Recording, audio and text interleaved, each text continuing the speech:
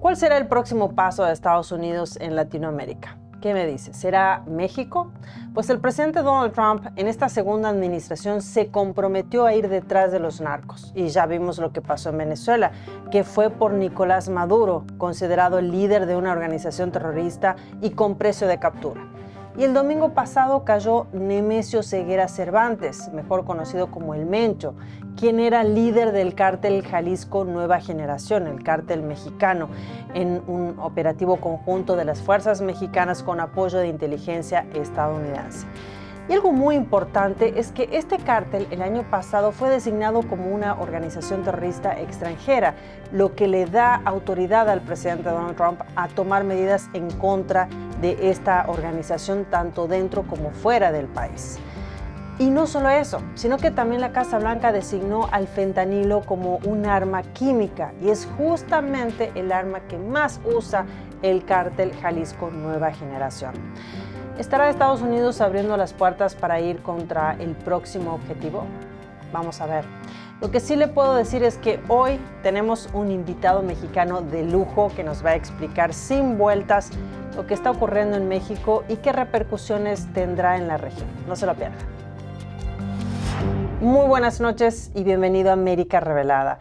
Pues en México cayó uno de los nombres más temidos del crimen organizado, El Mencho, líder del cártel Jalisco Nueva Generación. Ahora, con esa caída, la pregunta no es solo qué pasó, sino qué viene ahora, porque cuando un líder de ese calibre desaparece del tablero, suelen pasar tres cosas. Reacomodo interno, o sea, quién mandará y cómo se va a repartir el poder. Una ola de presión y violencia, que es eso justamente lo que vimos que pasó en el estado de Guadalajara el mismo domingo y el lunes también. Y también hay que ver qué impacto puede tener en Estados Unidos. Pues este cártel no está únicamente en México. Según informes de la DEA, este cártel está en más de 40 países. Muchos de esos países son latinoamericanos, de Europa, de Asia, y uno de esos países donde está este cártel, indudablemente, es Estados Unidos. Es así que bueno, hoy estará con nosotros José Eduardo Zompa, presentador de México desde Adentro, un excelente programa que se lo recomiendo. Y hoy Eduardo nos contará cómo opera el cártel Jalisco Nueva Generación, por qué este golpe puede cambiar también la dinámica del crimen organizado y qué señales hay que mirar para entender si esto es un final o apenas un capítulo nuevo. Quédese porque esta conversación le va a ordenar el mapa. Bienvenido a nuestro programa, Eduardo. ¿Cómo estás? Estás en México. Cuéntanos. Nos gustaría que nos cuentes a nuestra audiencia, que nos interesa mucho, sobre el tema de los cárteles que operan en México. Para comenzar, ¿cuántos cárteles hay en México? Hola Eli, mucho gusto. Saludos a tu audiencia de América Revelada. Muchísimas gracias por invitarme a este programa. Y este tema de los cárteles de la droga es un tema bastante relevante aquí en México. Desde hace mucho tiempo hay muchos grupos criminales en todo el país que se encargan de distribuir drogas, no solamente hacia Estados Unidos, sino también a países de otros continentes, como Europa, como Asia.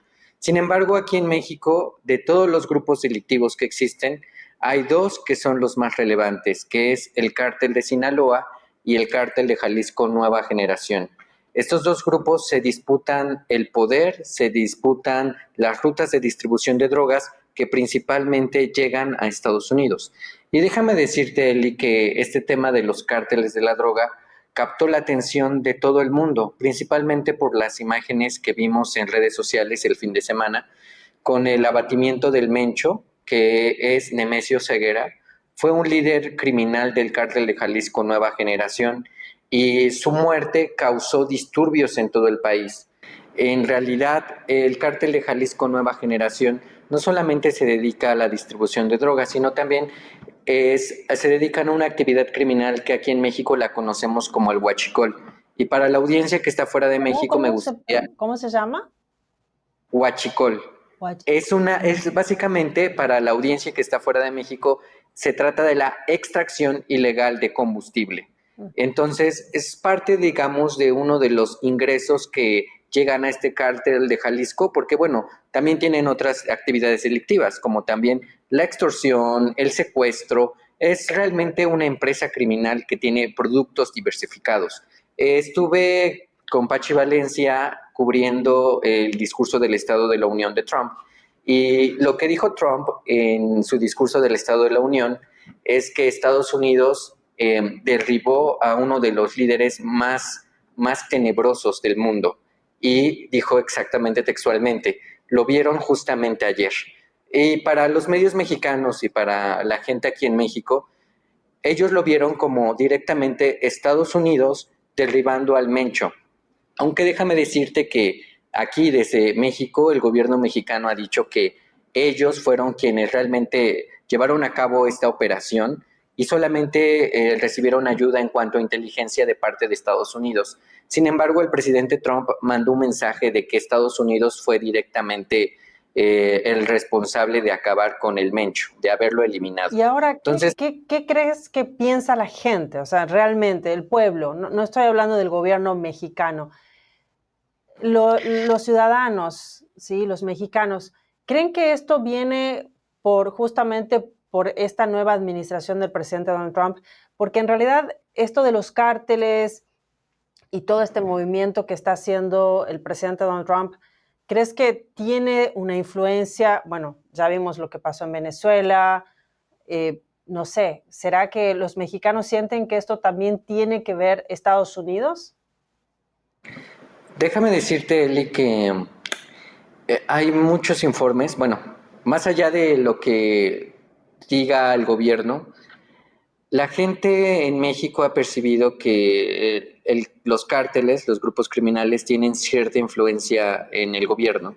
Permíteme ir a un dato un poquito más atrás del tiempo, porque mira, el cártel de Jalisco Nueva Generación surgió en el año 2009 y 2010 como una escisión del cártel de Milenio que desapareció debido a detenciones de los líderes de este grupo criminal. O sea, antes Pero se déjame llamaba decir, Milenio, era Milenio y después cambió. no precisamente. Había un cártel que se llamaba Cártel del Milenio, que fue debilitándose por las capturas de los líderes criminales que estaban al mando. Sin embargo, dentro de ese cártel había una facción. Es común que dentro de los cárteles de la droga existan diferentes facciones, es decir, subgrupos dentro de ese mismo cártel. Entonces, Nemesio Ceguera formó parte de una facción que poco a poco fue tomando el control, eliminando a sus enemigos.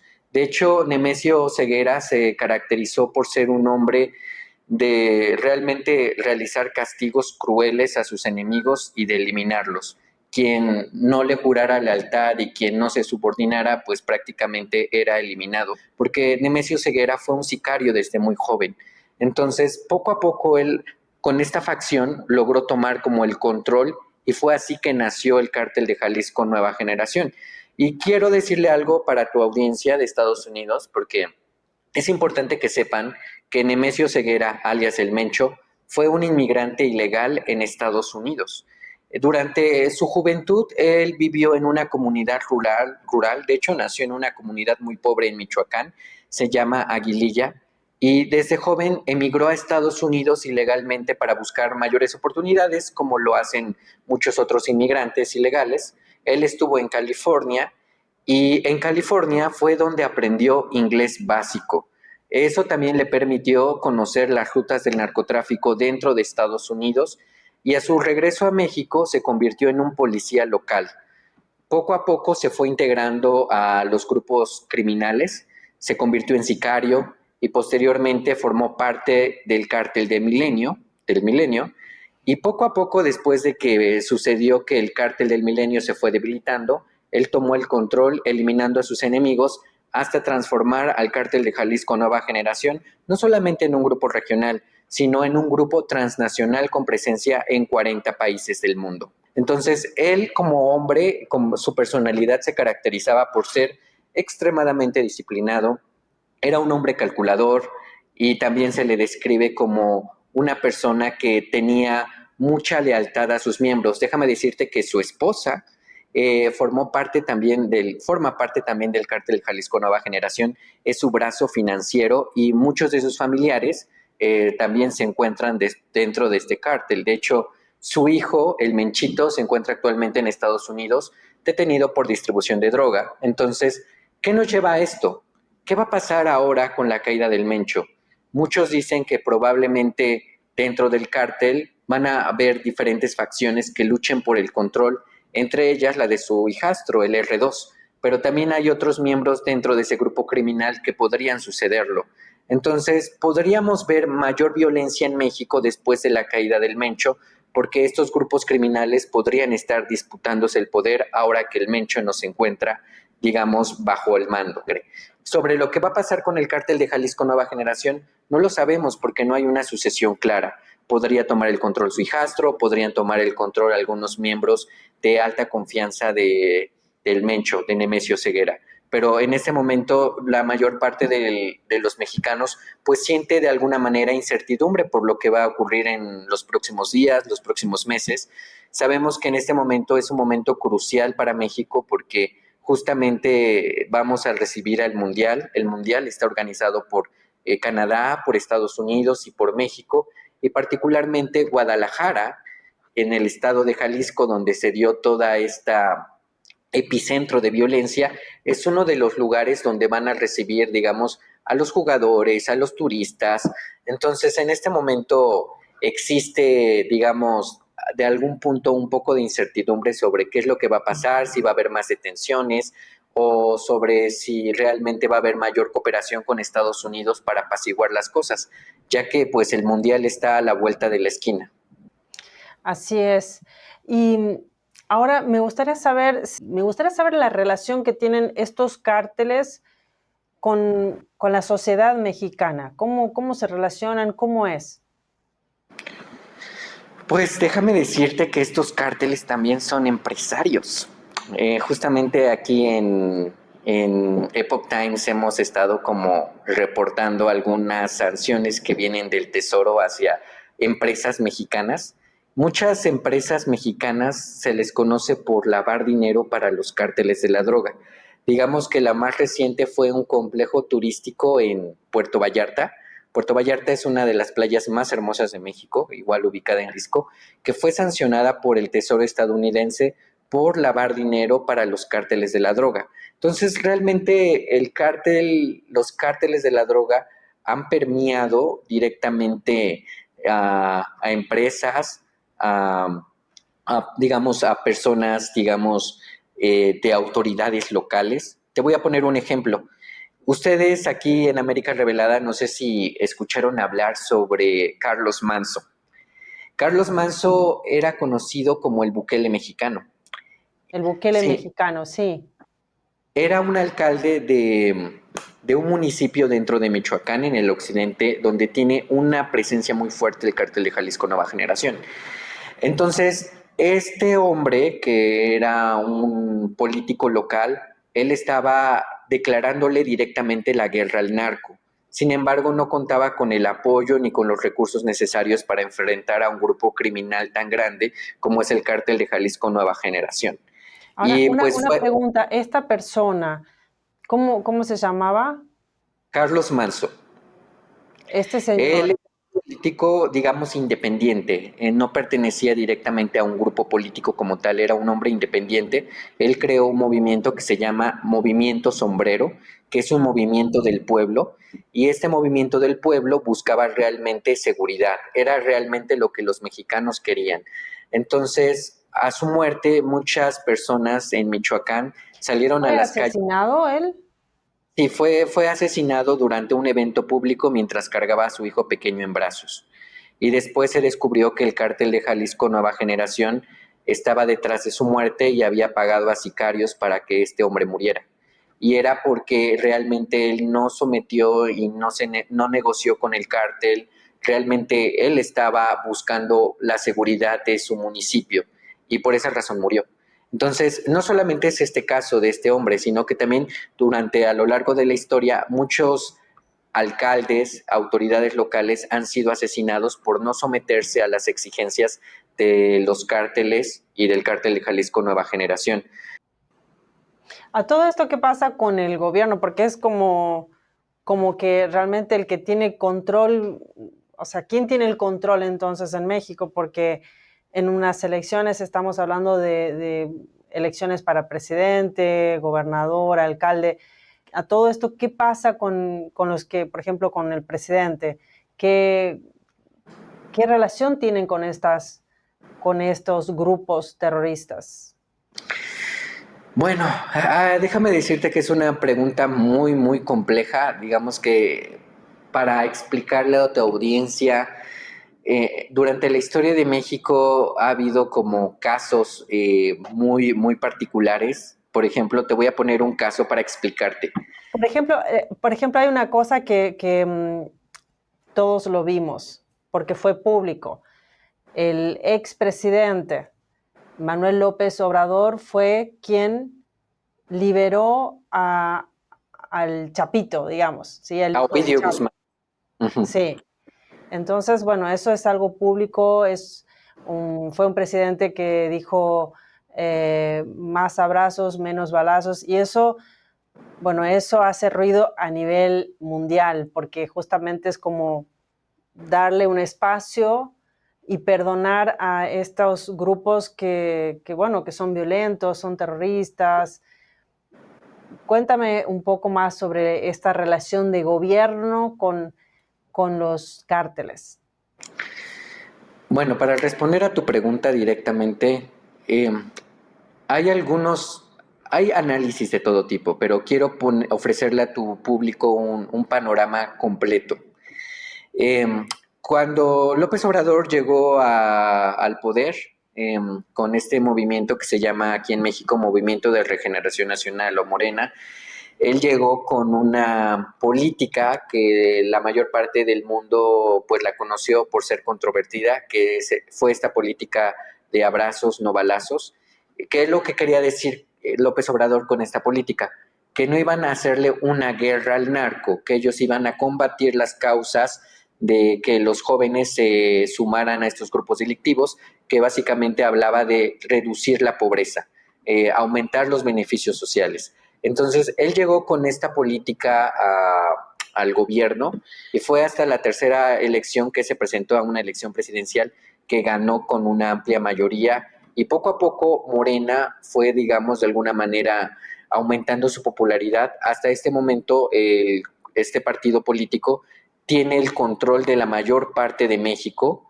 De hecho, te estoy hablando a nivel gubernaturas, o sea, inclusive tuvimos hace poco unas elecciones al Poder Judicial, donde, digamos, personas que tenían vínculos o simpatía por este movimiento también han llegado al Poder Judicial. Entonces, en este momento, lo que han dicho algunos analistas y que yo he entrevistado es que México se encuentra en un estado de partido único, donde un solo partido controla todo, o ya sea todo el poder legislativo, que son las dos cámaras, el Congreso y el Senado, el poder ejecutivo y el poder judicial.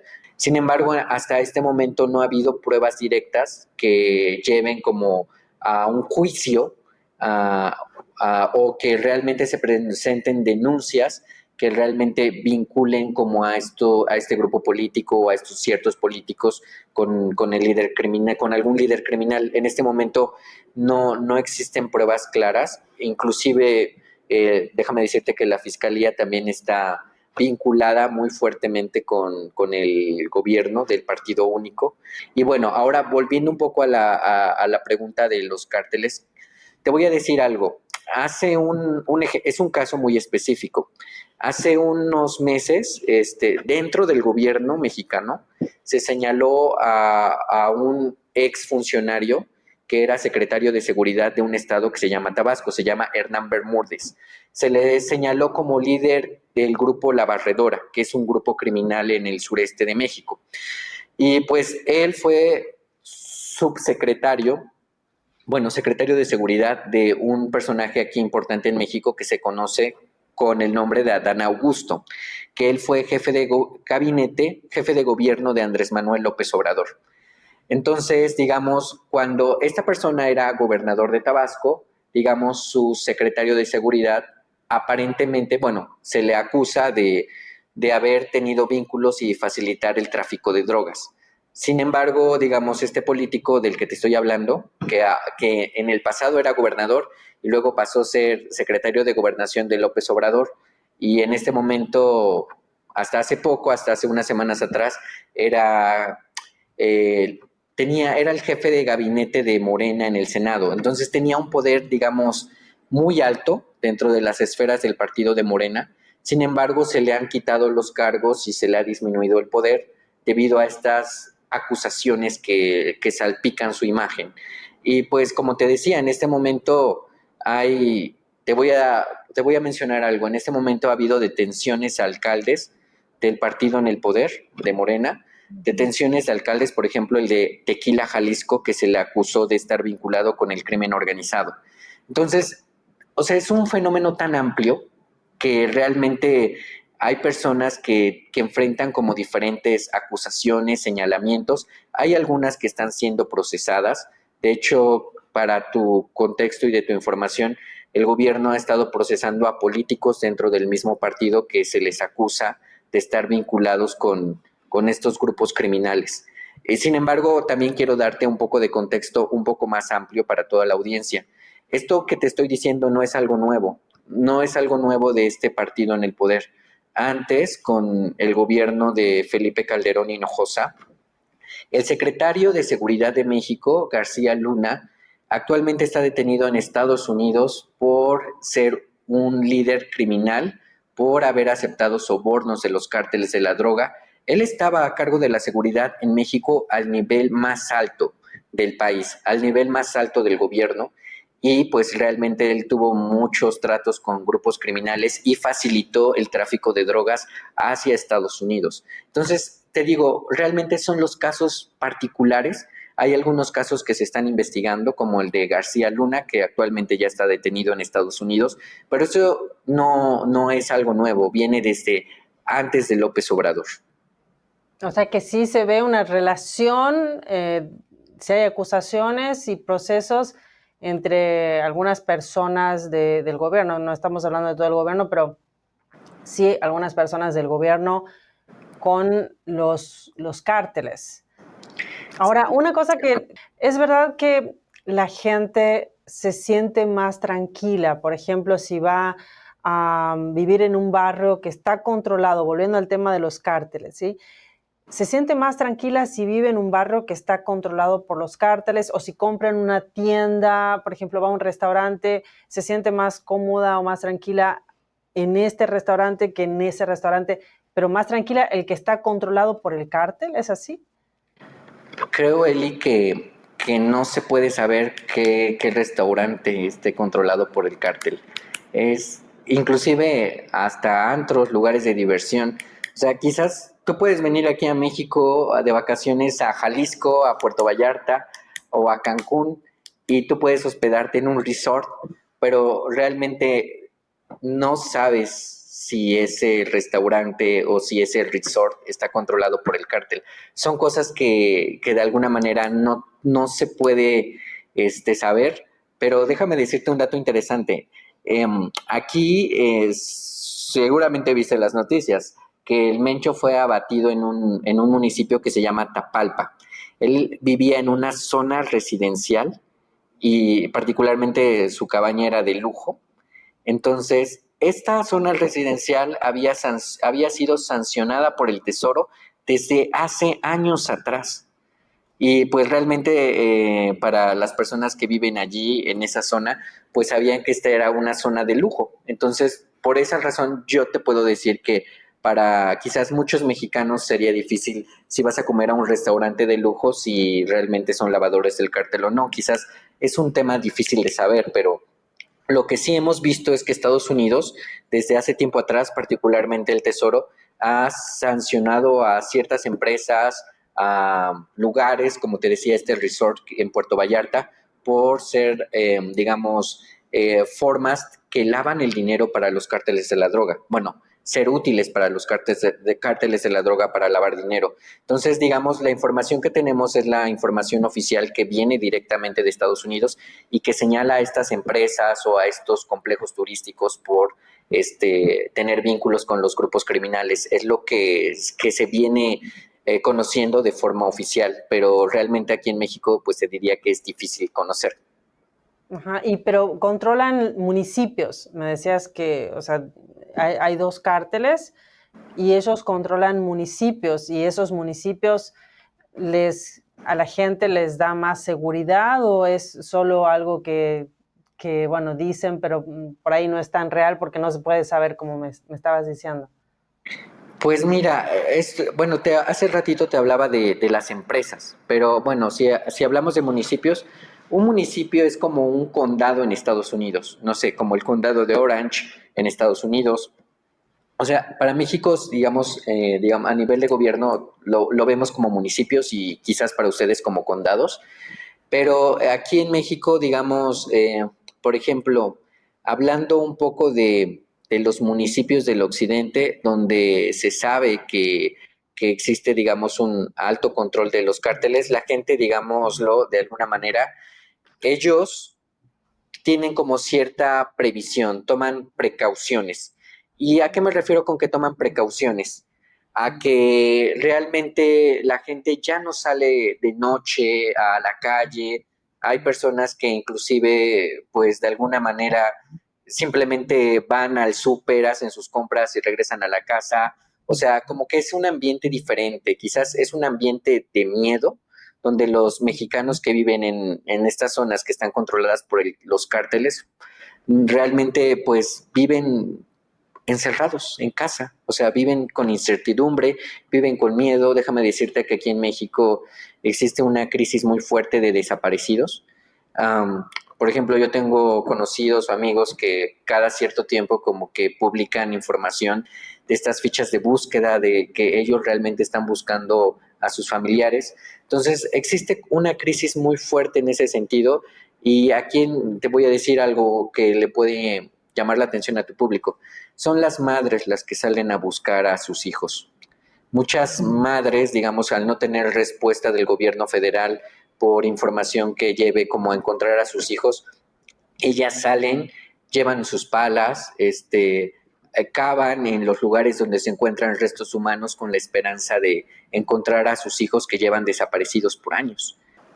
¿Crees que va a haber más injerencia de Estados Unidos en México sobre este tema de los cárteles? Y bueno, puede ser este cártel Jalisco Nueva Generación y el de Sinaloa. ¿Crees que Estados Unidos va a entrar más en el país?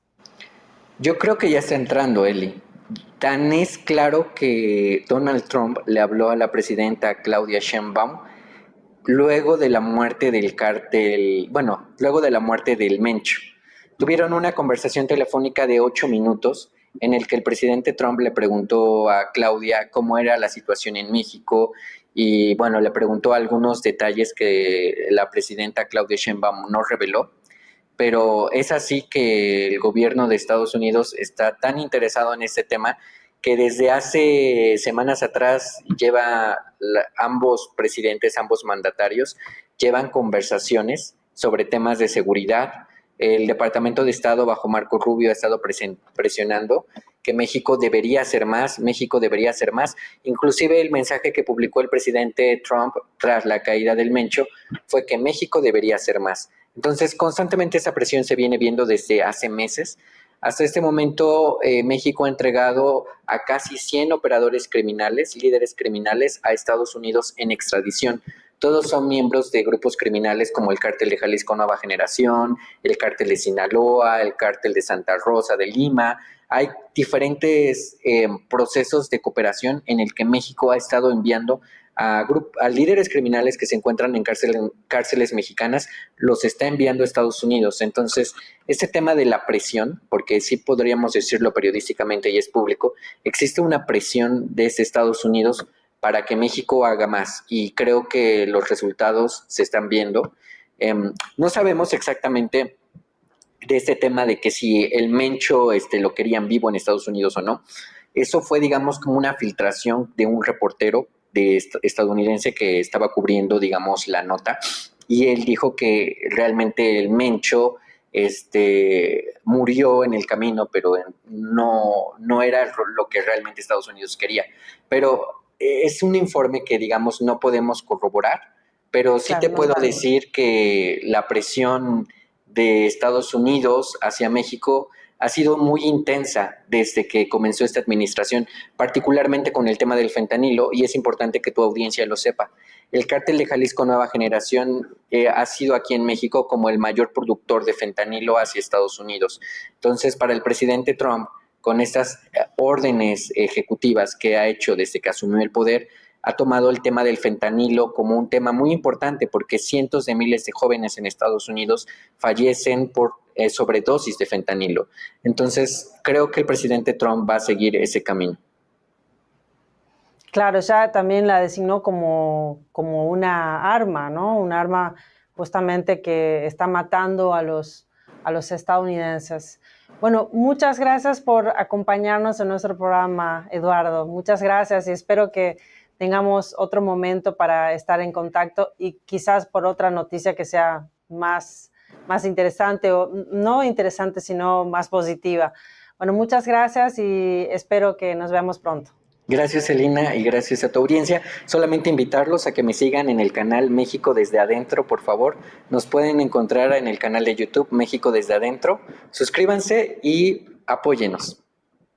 Así es, sí, ya vamos a dejar toda la información. Es de hecho un canal muy bueno, tiene la información, por eso también quería escuchar tu opinión, tu información, porque realmente ese programa es muy interesante para conocer. Y aquí nuestra audiencia, muchos son mexicanos, es por eso que es importante también que nos acompañes el día de hoy y que vean tu programa México desde adentro. Así que les voy a compartir ahí abajo la información para que estén conectados y sigan a Eduardo Zompa.